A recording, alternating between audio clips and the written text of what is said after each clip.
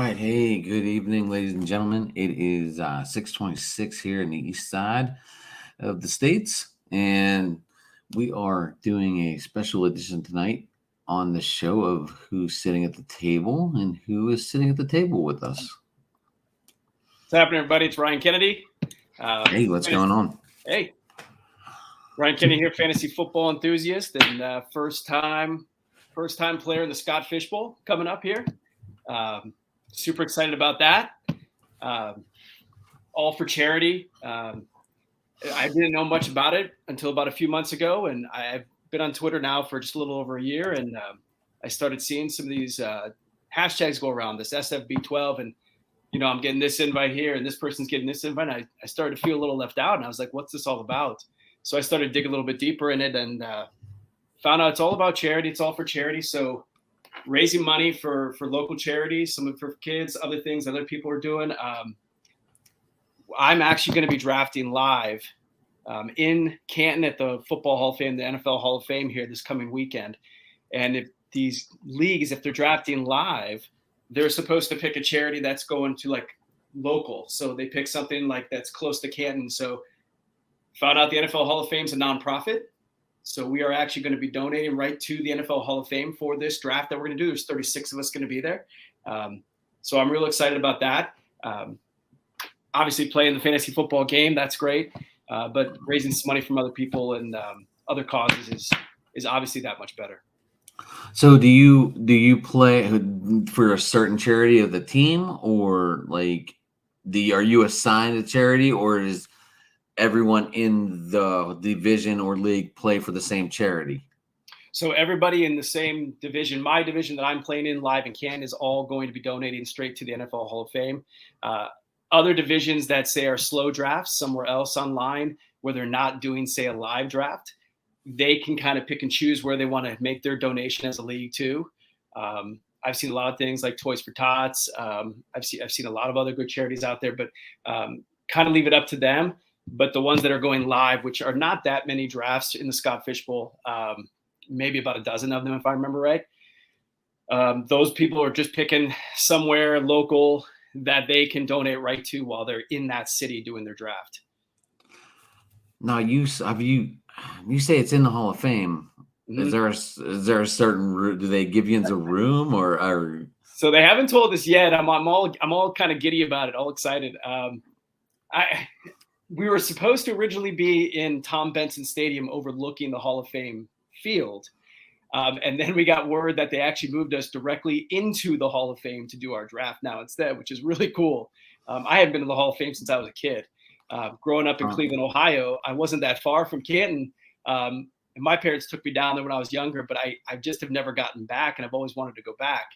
So I thought, well, here's my chance. I'm going back, and I get to actually draft my fantasy football team for the Scott Fish Bowl in the NFL Hall of Fame.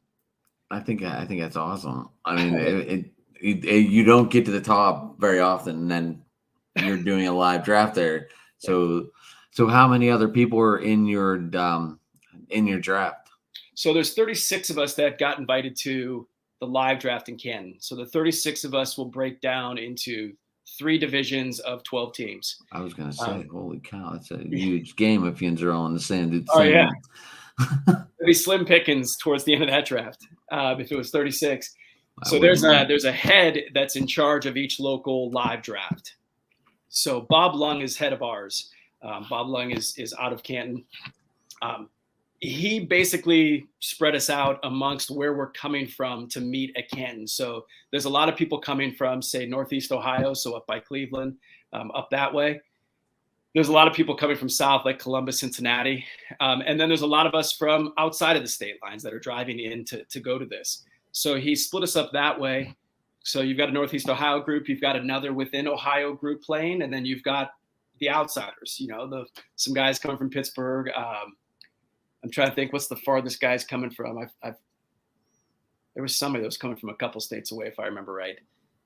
But then what they do is they break it down, and half the people in the division are fantasy football analysts. The other half are fans like me.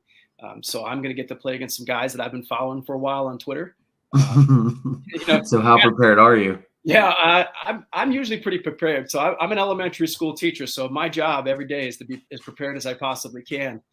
So I'm going to go into this as prepared as I can be, and just have fun with it, and do what I know how to do, and hope I can make some good picks here, and have a competitive team by the end of it. What are you going after first? Going after first. Oh, I mean, that's probably going to depend on my draft pick. So we won't know our draft slot until we get in there. I guess we're doing a digital 100-yard dash. So everybody, like, I haven't seen this. I've heard about it. So I guess they put everybody's names into this app, this software program, and then the little, animated guys, I guess, run a 100-yard dash, and whichever one I'm attached to, wherever he finishes, that's going to be my draft slot, or where I guess if I finish first, let's say, if I've got the best time, I can pick what draft slot I want to come out of. So if I want to be in the 10 hole out of 12, I can pick that if I'm first. So is it a snake or back to the first? So it's a snake, but then after the third round, when the third round starts, it reverses. So it's a third round reversal after the first two rounds. So it makes it would go 12, not back to 1. It would go 12, 13, and then. So if I'm, let's say I want draft spot number 12. Okay. So I would get the 12th pick, and then I would get the 13th pick because it'd be the first one of the second round. Right. You'd have to wait till it gets all the way back to the guy in the first spot at the end of the second round, and then to start the third round, I get the first pick, and then we reverse from there. So I could be sitting there with the team that that's looking like one of the upper quarterbacks, potentially the best wide receiver out there, and a really good running back still to start. So is that where you're targeting then? I don't know if I can say that out loud here. Okay. I've got a couple ideas depending on who lands to me and in what spots. And I think if I had the choice, I think I'm going to go towards the back of the draft. I do like that back end where you get those top two picks, two of the top 13 guys. And then as soon as the third round starts, I get the first pick there again. So I'm looking at 3 of the top, 25 guys. 3 of the top 25 to start my draft. I think that's a pretty good go with. I'd like to be at the back. Okay. Yeah. All right. I like it. It's going to be interesting. I have the 8th pick in my draft. How many teams? 12. 12? Yeah. You guys didn't pick yet? You didn't draft? No, not yet. We're not. Well, I think August 13th we're drafting. Okay. I think that's what the email said. We do it live. It's a keeper league. I've been in this. What's that? Is it a super flex league? No, just a regular. So not a super flex, but we do have a flex. So okay, but not where you can put the quarterback in there. Yeah, I'm keeping Jonathan Taylor and CeeDee Lamb. Well, there you go. Those two really good ones to keep. So I'm off to I feel an all right start. Yeah. But I've never done a keeper league. So I've done pretty much almost every kind of league you can do. Keeper is actually one that I've never done. It's one of the more common ones out there. I just have never tried to do it. I love redraft. This year I got into Dynasty more. But redraft usually always been my thing. And the Scott Fishbowl is a redraft league because every year you'll draft your new team in these divisions and you go at it. That was my next question. Like, is it the same?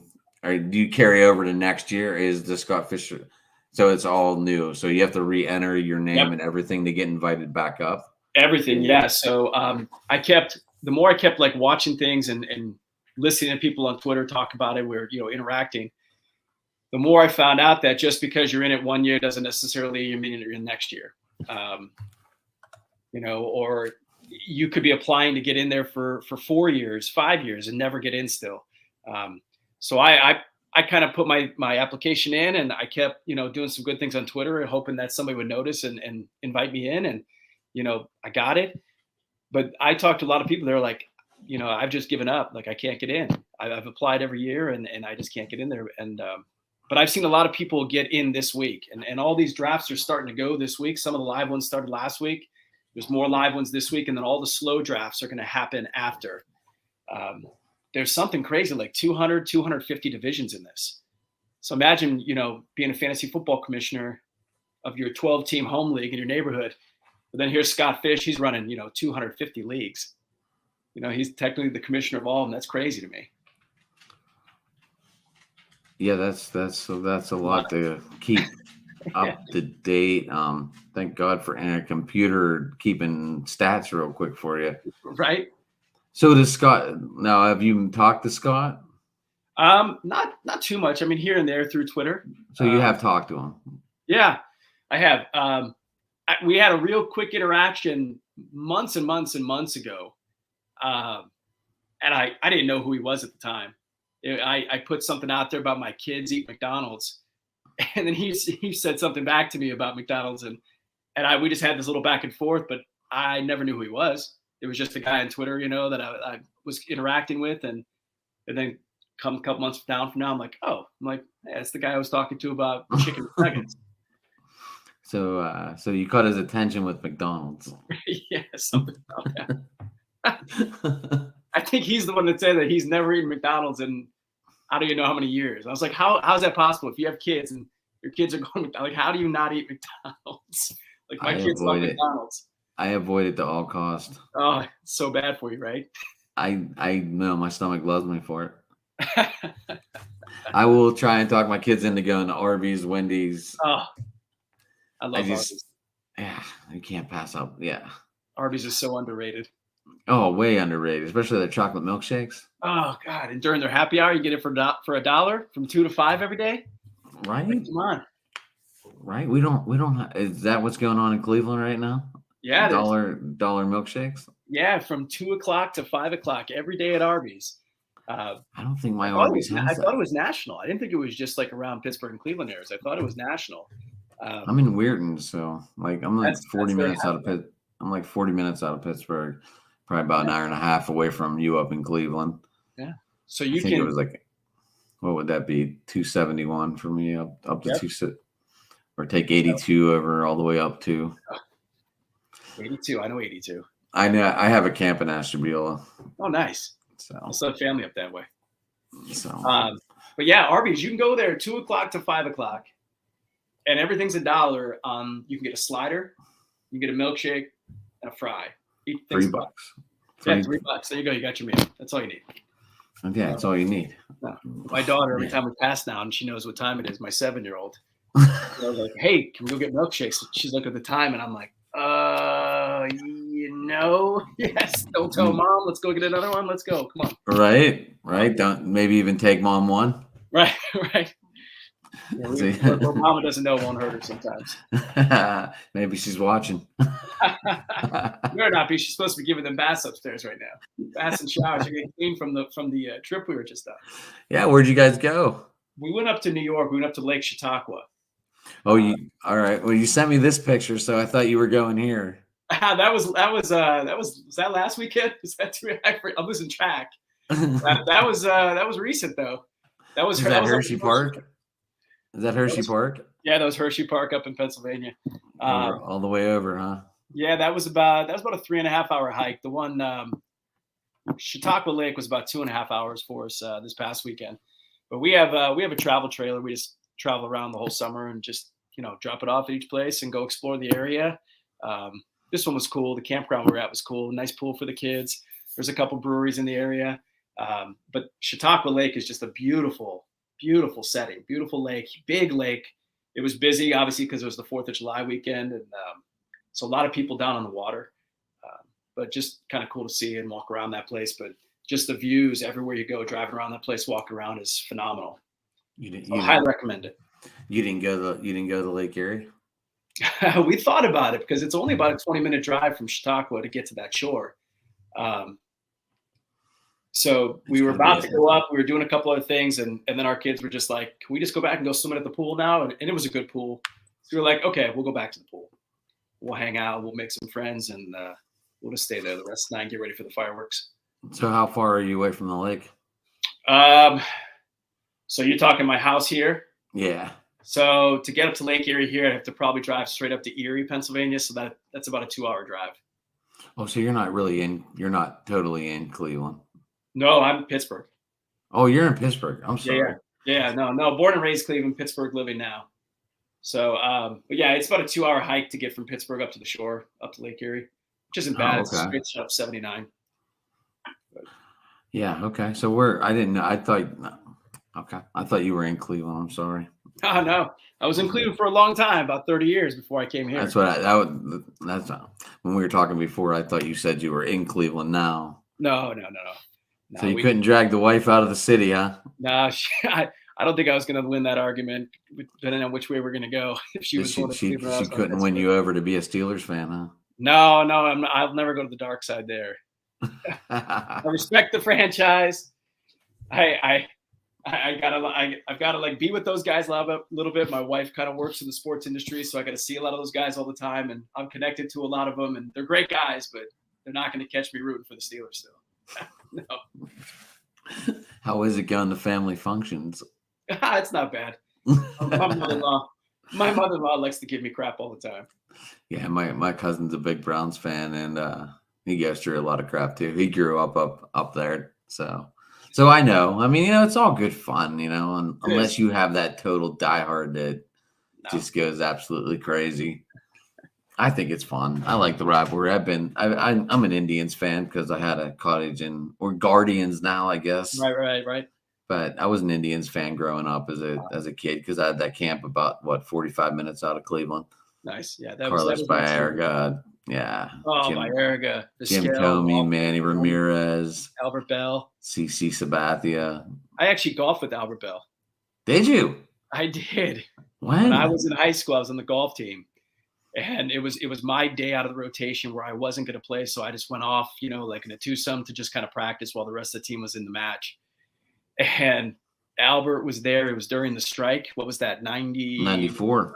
Was it 94, 95, something like that? 94, I believe.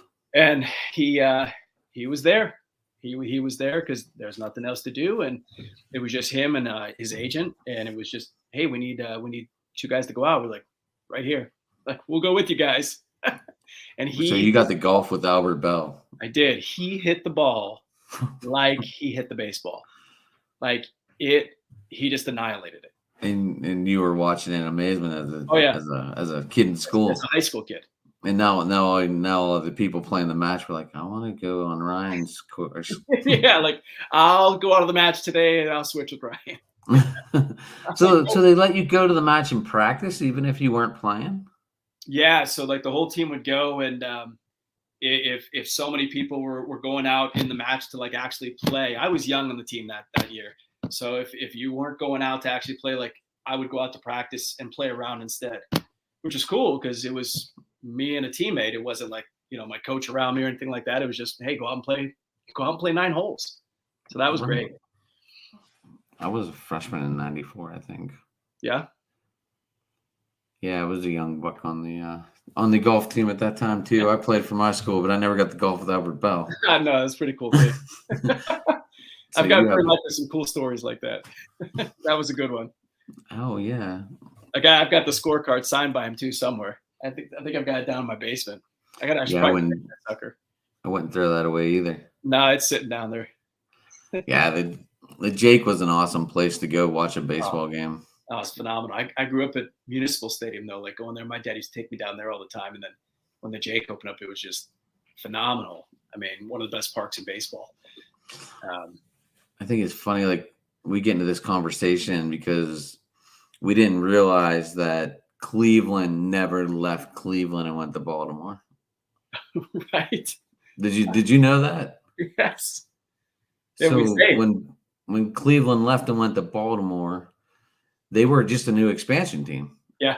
And Cleveland, the whole football team left, but Cleveland never left Cleveland. Right. We stayed back. Because they said build a new stadium and you can have your team back. Yeah. So 5 years. I think it was 5 years without football. It sucked. It had to be tough, man. It was awful. Like going through that whole transition, you couldn't root for Baltimore because of what just happened. Right. No. And you're not going to root for the Bungles. No, definitely not. Definitely not the Steelers either. And you're not going to root for the Steelers either. No, so who did you root for during that time? I was let me see. I can see the Bills I was maybe. just finishing up high school, moving to college, and it was just kind of like a forgotten thing. Like I just wasn't really into football that much anymore.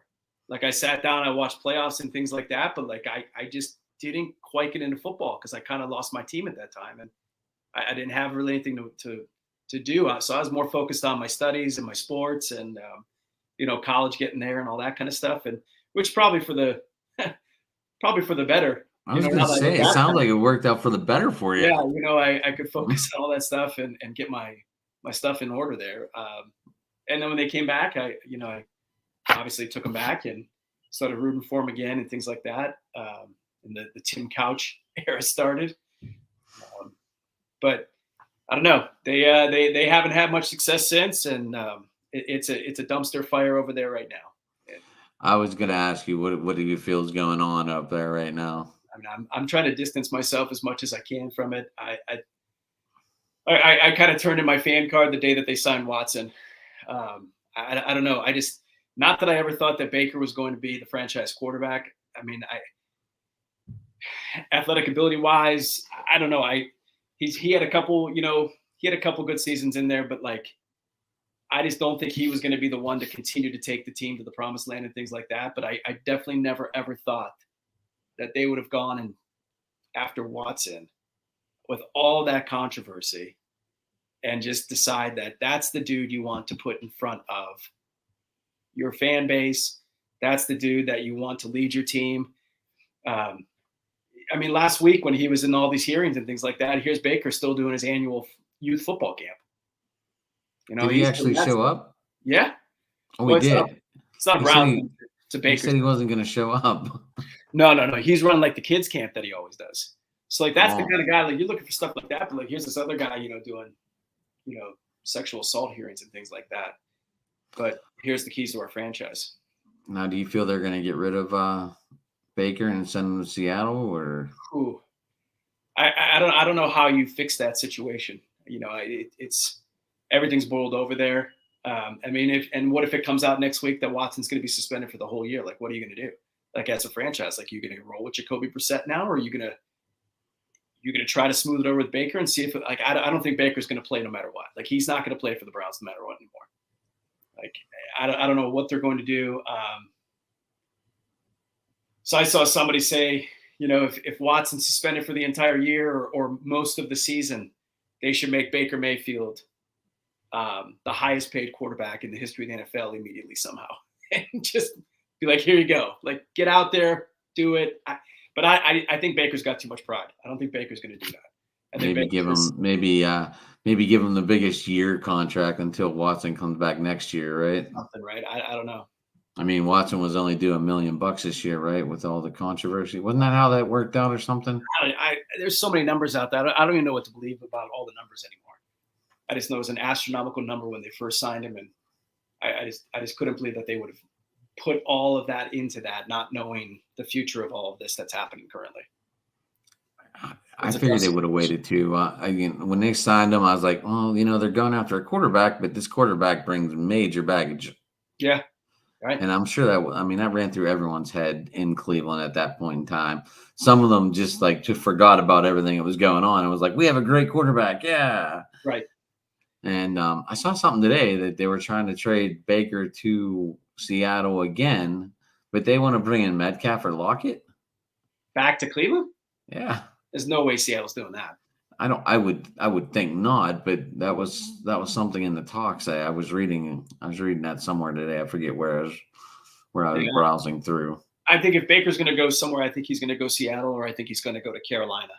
I think one of those two, he could step in and probably compete right away for the starting job with those two teams. It's interesting if he goes to Carolina though. Now you've got Sam Darnold and weren't they both the 1 and 2 for the 2018 draft? Wasn't it Baker first and was Darnold second, or was Darnold third? I can't remember right now, but he was in that draft, correct? I thought Darnold went first to the Jets. Well, Baker was the first pick overall. I mean, yeah, I'm sorry. Then he had to go second. So he was second to the Jets. So he'd be sitting there with the number 1 and number 2 draft pick of a 2018 draft, both in your quarterback room, hoping one of them is going to pan out now. Well, they just drafted another guy too. Sam, not Sam. Why can't I think of his name right now? The kid from is the kid Coral, Matt Coral. Matt Corral, yes. We got Matt Coral. He's super talented. So I mean, it's not like it's. I think it's just Carolina that can't hold a quarterback. So now, right? Like I don't know. They've got talented pieces to put around that quarterback. Whoever steps in there, if it's Darnold, if it's Coral, if it's Baker, if he were to get traded there, but then there's a lot of talent on that team. Especially and the biggest threat is McCaffrey going to stay healthy? Right. Does he stay healthy enough to put a full season in like he did that one year where he crushed the league. Right. He's so hit or miss. Right. He's still the number 1 or number 2 pick in redraft leagues because of what he did, 2-3 years ago?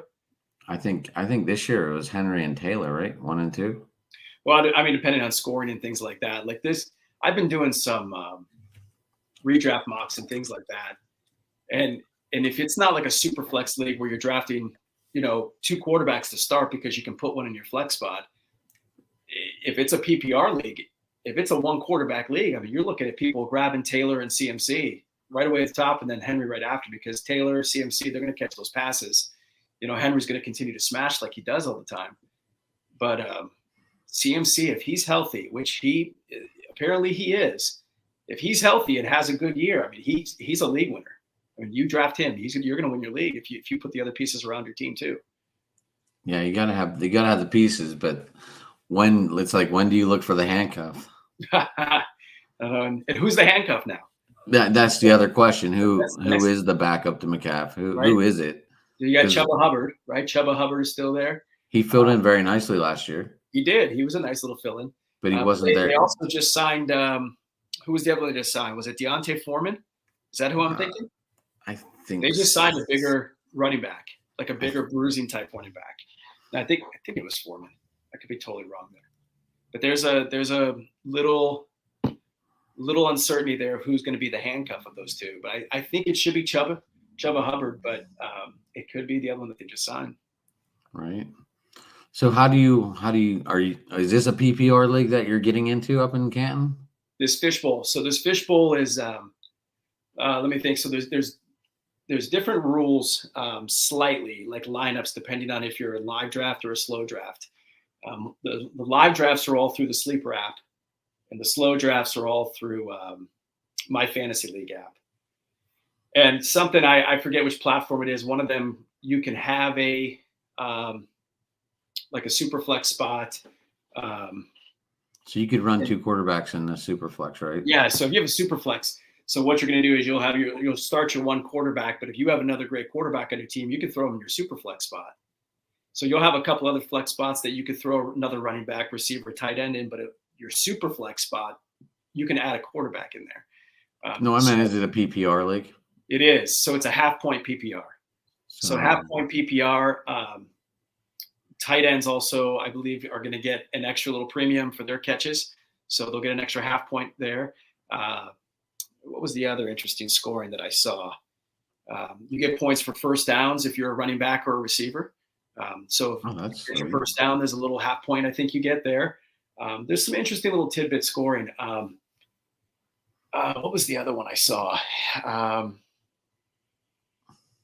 Just some stuff that I'm not used to. So I really got to really do my homework this week and make sure I've got this in my mind about what I'm going to do. So have you tried any mock draft sites? I have. I did one. I did one out of the 4 hole, and I liked the team I came up with. So if I remember right, out of the 4 spot, I actually ended up with Jonathan Taylor in the 4 spot. The first 3 quarterbacks went. So Allen, Mahomes, and Herbert went. And I was sitting there thinking, should I grab Bro? Should I get Taylor? Should I get the best running back off the board? So I grabbed Taylor. It came back to me. And I didn't like any of the quarterbacks sitting there. I was like, I could get one. I know it's a super flex league.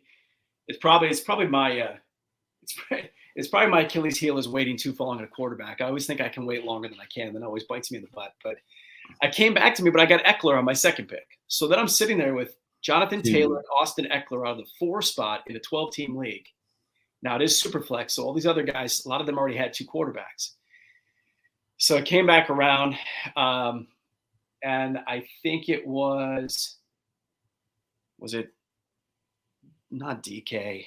Who did I get first? This was like 2 weeks ago. I did this. It might have been DK Metcalf I grabbed. And I ended up with Tua as my quarterback. So on my 4th pick coming back, I still was able to get Tua. And I'm sitting there looking at Tua. I'm like, I'll take the upside of Tua. With Tyreek Hill, Waddle sitting there still. Gesicki's still playing well, and you got all those decent running backs. They got Edmonds this year. They got you still have Gaskins. You have Edmonds. You got Sony Michel. So you've got lots of options in the backfield there. And you can run Sony Michel even out in the slot too. Yeah, all of them are pass catching running backs. So you got to think like Tua's. If he stays healthy, he's going to have an okay year. Like I'll take that upside when I could grab those top 2 running backs up there and pair him with Tua. But so I take it you didn't get a pretty good second flex quarterback. I didn't. I take it back. I ended up with Zach Wilson. Okay. I ended up with Zach Wilson. I'm like, I'll take that. Tua and Zach Wilson. Like I'll take it. Like both upside, and I pair them with all the other good talent that I had in between there. So I was happy with it. I'll take my chance. I know he didn't have a good rookie year, but I'm expecting better things from him this year. The Jets are hard to pick. Yeah, they are, just like the Browns. Well, at least the Browns, you have 2 decent running backs. 2 really it's so hard to pick a Brown because of the quarterback situation. Yeah. Like, are they going to run? Like we talked about earlier, who's going to be throwing the ball? Right. Because, now you have Cooper out there who should be a top first or second round pick, depending on where you follow. Right. But then there's no one to throw in the ball. Right. It's just like Metcalf and Lockett. Yeah. Do you have faith in Lock? No, probably not. Like, I couldn't believe Pete Carroll didn't take Kenny Pickett. That's who I seriously thought he was going to take. Yeah, you would think so, right? Because Kenny Pickett is kind of like his guy at USC, Matt Barkley. Yeah, right. And I figured that would have been a great fit. Yeah. So I had Kenny Pickett going to Seattle. I did not have him making it all the way back to being a hometown guy. No, not at all. So I don't know. It'll be interesting to see how that shakes out in Pittsburgh now here. Like, is it going to be Trubisky? Is it going to be Pickett? I think it should be Pickett, but that's just me. I think Trubisky's going to start. I think Trubisky's going to surprise some people. Now that he's got a pretty good coaching staff here to kind of develop him a little bit more than maybe what Chicago did for him in the beginning.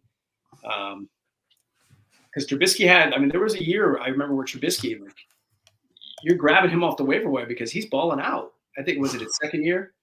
But he was great. Ryan, hold on. We got a comment. Uh-oh. This is Rally Chris out in LA. So there's his prediction. I'm not going to disagree with that one. they might arguably have the best offense and best defense by the time this year's over. Like that, the Chargers are built to win right now. I'm excited for them. I like the Chargers. Eckler, Keenan, Mike, some of these other young pass catchers that they have, and obviously Herbert. Herbert's a stud. And then they, their defense is always good. And I just think now everybody's going to be healthy and back. Like it's going to be a really, really good defense. It's going to surprise a lot of people. And I think they're going to rule the AFC West this year. So they got Jackson from New England, right? Yep. Which I thought New England letting him go. I know he's a free agent, but they should have made him an offer. Yeah. But I have a feeling they were hoping they were going to end up with Williams out of the draft. Yeah. But he ended up going to Baltimore. Yeah, they one second. That's my wife. Just give me the look. You need to get off this thing. The Chargers, I can't get enough Chargers on my fantasy teams. Like give me Herbert wherever I can if I'm lucky enough to be in the top, 2 or 3 picks, depending on what people want up there. Like if I end up in the top 4 picks of this fishbowl draft on Saturday, I think I've got to grab one of these quarterbacks, and I'm hoping I end up with Herbert. I don't have a single share of Herbert yet on any of my teams, on any of my dynasty teams, nothing. So I would love to have a share of him. Eckler, you can't go wrong. Keenan Allen, he's a monster. I'm looking. I've got a jersey hanging on my wall signed by Keenan over here. I'm looking at it right now. Like, he's been my dude for a long time. Like, I will draft him every single year because he's so consistent. But Mike Williams, phenomenal season last year. Kind of fell off towards the end, but you got to think they paid Mike. The talent's there. He's got his rapport now with Herbert. Like, Mike Williams, I'm thinking is going to ball out again this year. I think so too. I think the Chargers are going to win the West. Yeah. If not, they're going to be right there with the other two. I mean I think that West might get 3 teams in again. Yeah, like, that division is phenomenal. You look at the Chiefs, the Chargers, the Raiders. The Raiders. Talk about them. Like, and then you can't leave out the new team with Russell Wilson. No, right? The Broncos. So the Broncos. You feel like all 4 of those teams are built to win right now. Maybe except the Chiefs. Like, who's going to be the top pass catcher there besides Kelsey? Like, is it going to be Juju? Is it going to be the rookie Sky Moore? Is it going to be MVS? Came over from Green Bay. Like, who's it going to be? Is really piqued my curiosity. Patrick Mahomes makes it be that day. That day, I think they're going to be a day team. Like, who's going to be open that day? Right. So Patrick Mahomes might be the only one you're targeting on that team. Maybe Kelsey too. You can't leave out Kelsey, of course. No, I don't have any shares of Kelsey. Kelsey completely is elusive to me. Like, every time I'm thinking he might drop to me somewhere, like in a second round, nope, somebody will snag him right before me. Other than that, I probably wait on a receiver from KC, take the upside of, Sky Moore. Maybe he pans out. I love taking, like, at the end of the draft, if MVS is still sitting there, or what's that rookie, Justin Ross, that undrafted rookie that apparently is looking pretty good in camp. Like, that kid was going to be a top draft pick if he wouldn't have got hurt. So he might surprise people because apparently he's fully healthy now. I think MVS is going to get drafted. I'm saying about the 8th round. Do you think so? That high? That's where I'd be thinking. I don't know. I'd be thinking people would be starting to grab Juju maybe around that time, depending on the league scoring and format in terms of Superflex and that kind of stuff. But you got to start looking at it too. Aaron Rodgers made MVS a good receiver. He did. He's big. He's bigger than people think, and he's fast. So I think MVS should be the number 1 receiver in Kansas City. And I think a lot of people are so jaded by what Juju's done the last couple of years. He had such a good year when he was. What's the matter? Battery. Oh, can we get a little bit? All right, we're getting batteries. Hold on, for kids need batteries. All right. Time out. All right. Hold on a second. Getting those iPods working, way more important. Use those too. Or whatever you got. Okay. All right. You want to say hi, Edison? This is my dog. Hi. How are you? You can pop in the picture. You can say hi. All right. Who are you talking to? We're talking football. So, like the guy from the online show? It's an online show, yes. It's not that one that you saw the other day. But so you do multiple shows. This is something new to me. This is all fresh. You're kind of my first interview on a podcast. This is like my first one-on-one type interview. You get I get the honor. But going back to what I was saying, like Juju. All right, here Chris rated it for us. Chargers, then Chiefs, Broncos, Raiders. Interesting. I haven't graded it. I don't have Raiders in last place. No, Devontae Adams, Josh Jacobs, Derek Carr. I think maybe because of the head coach situation, they could be in last place. Yeah, maybe. Is McDaniel finally going to get it? Yeah, is he going to retire again? Or is he going to resign right before the season again or something? But being in Pittsburgh, Juju's a good kid. Juju had a great year when AB was alongside him on the other side of the field. Right. And then when he had someone beside him that was able to make him wide open. Right. But we saw what happened when there was no one on the other side. Right. And he became kind of just a TikTok dancing fool. Yes. And I think people are a little jaded still by that with Juju. And then people obviously like the upside that he's with Patrick Mahomes now. But it's kind of along the same lines. You look at Clyde Edwards-Helaire in Kansas City. And people are real jaded by him. Like, high draft pick his rookie year. He does pretty well his rookie year, so people start drafting him high, and then he kind of goes flat. He went real flat last year. He's the number one running back in one of the most prolific offenses in all of football.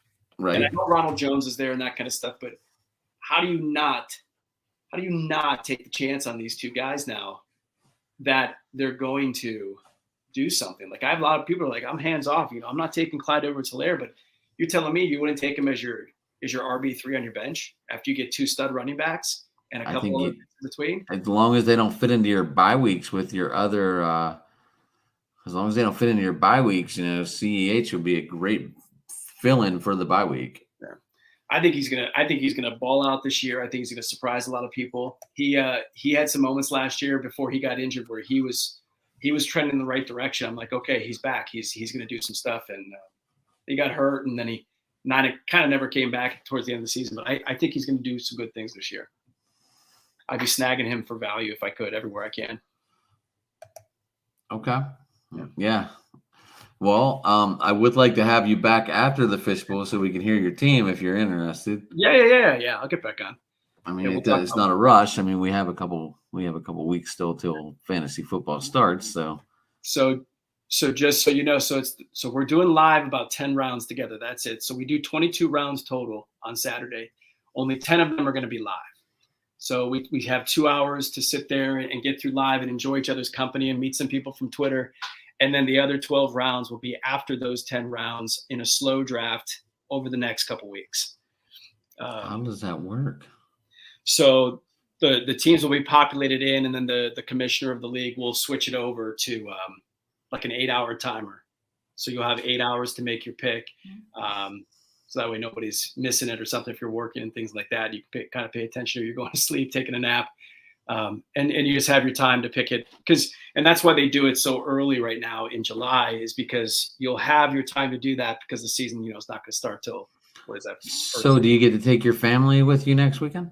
So I could take my family with me. And I imagine they'll give you free passes, right, to walk around. And so we're gonna be camping. We're taking the trailer. Just so happened months ago, I had planned a trip to Atwood Lake, which is about 30 minutes south of Canton, and I was like, oh, there's a live draft in Canton on the day that I'm over camping at Atwood Lake. Like, I guess I better apply to go to the live draft.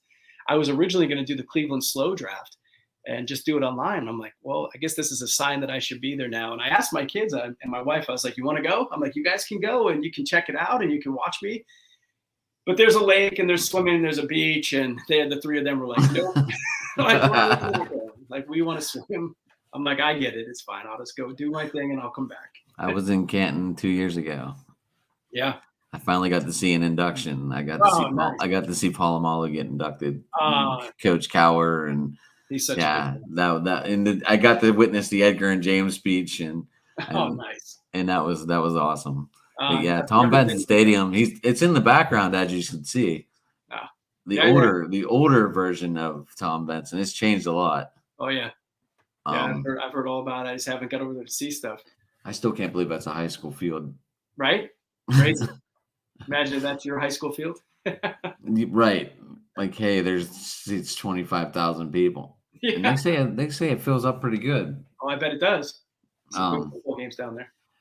But Ryan, well, if you can come back and talk about your live draft, and maybe even share some pictures, and because I'm sure you'll be taking some walking around the hall. Yep. I will definitely be taking pictures while I'm there. And then you'll be in a rush to get back to the beach. Yeah, I will be. I gotta get back and I gotta cook out everybody. I'm still the one in charge of grilling out dinner when I get back.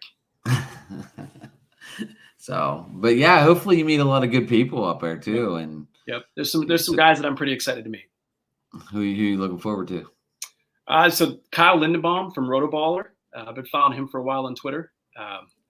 Him and I keep jabbing each other back and forth about coming up. And there's Corey Easterday from Dynasty Nerds. He's going to be there. Lane Mitchell from Roto Underworld and DynastyRankings.com. He's going to be there. So there's a couple of the fantasy analysts. And then there's some guys that just, are fantasy football fans like me that are going to show up and play against us also. Like Patrick Pucci is a guy that I've been following for a while now on Twitter. Is a great guy. He's about 20 minutes down the road from me. I was going to say that name sounds familiar to me. Patrick. I think I follow him as well, Patrick Oh, he's a Tracy. good follow. Yeah, so if you're not following Patrick, follow Patrick. And then Scott Studebaker, he's another guy local here to Pittsburgh. Lane Mitchell, he's local to Pittsburgh also, the guy from Roto Underworld. So there's a couple of us driving in from Pittsburgh area to do this, and I'm looking forward to seeing these guys and meeting the other guys in the other divisions that I've been following also. I won't be playing necessarily against them, but I'll be in the same room drafting, in my league, my division against next to their division kind of thing. So it'd be cool to see everybody kind of get out of the Twitter space. And I hope they let you all do an introduction so you know who you're talking to. Hopefully. Yeah, because I will memorize everybody's faces. Some guys don't have their face out there. Maybe wear name tags. Yeah, right. Something. Or make these jerseys with our names on, or put our helmets on that's got, the names across the front of it like they do at practice. Well, I hope you have a blast, man. It sounds like a really good time. Yeah, it should be. I appreciate it. I appreciate you having me on. Yes, sir. Maybe, whenever you're ready to talk about your team, you can talk about what, 10 rounds? Is that what you said? 10 rounds live and then 12 more slow after. Yeah, if you want to come back on next week or whatever, real quick, and just say, hey, here's who I got, guys. Yeah, just hit me up. And tell us about your experience, because I'll be looking forward to it. All right, sounds good. All right, Ryan. Well, hey, Ryan, you want to give one more shout out? How do people get a hold of you? Hey, you want to follow me on Twitter? It's Ryan Kennedy _22. I'll put it up for you there.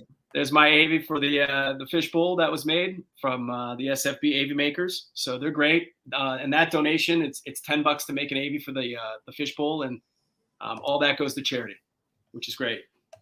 So they do a good job. All right, sounds good. My name is Adams from Sports Talking It. Talking Sports With is my podcast, and today, but we're at Who's at the Table today. I got to remember that. I get them all mixed up sometimes. But hey, we're at Who's at the Table, and we had Ryan Kennedy today, and we have a good night. And Ryan, good luck at your draft this weekend, man. Thank you. I appreciate it. Hopefully you get a good spot. Hopefully your digital runner carries you. Yes, please. Gotta pick a good one. But all right, guys, have a good one. Yep. And everybody have a good rest of your 4th of July, whatever's left of it, whatever you plan on doing too. Absolutely. Happy 4th, everybody. All right. Have a good one, guys. All right. See you, everybody.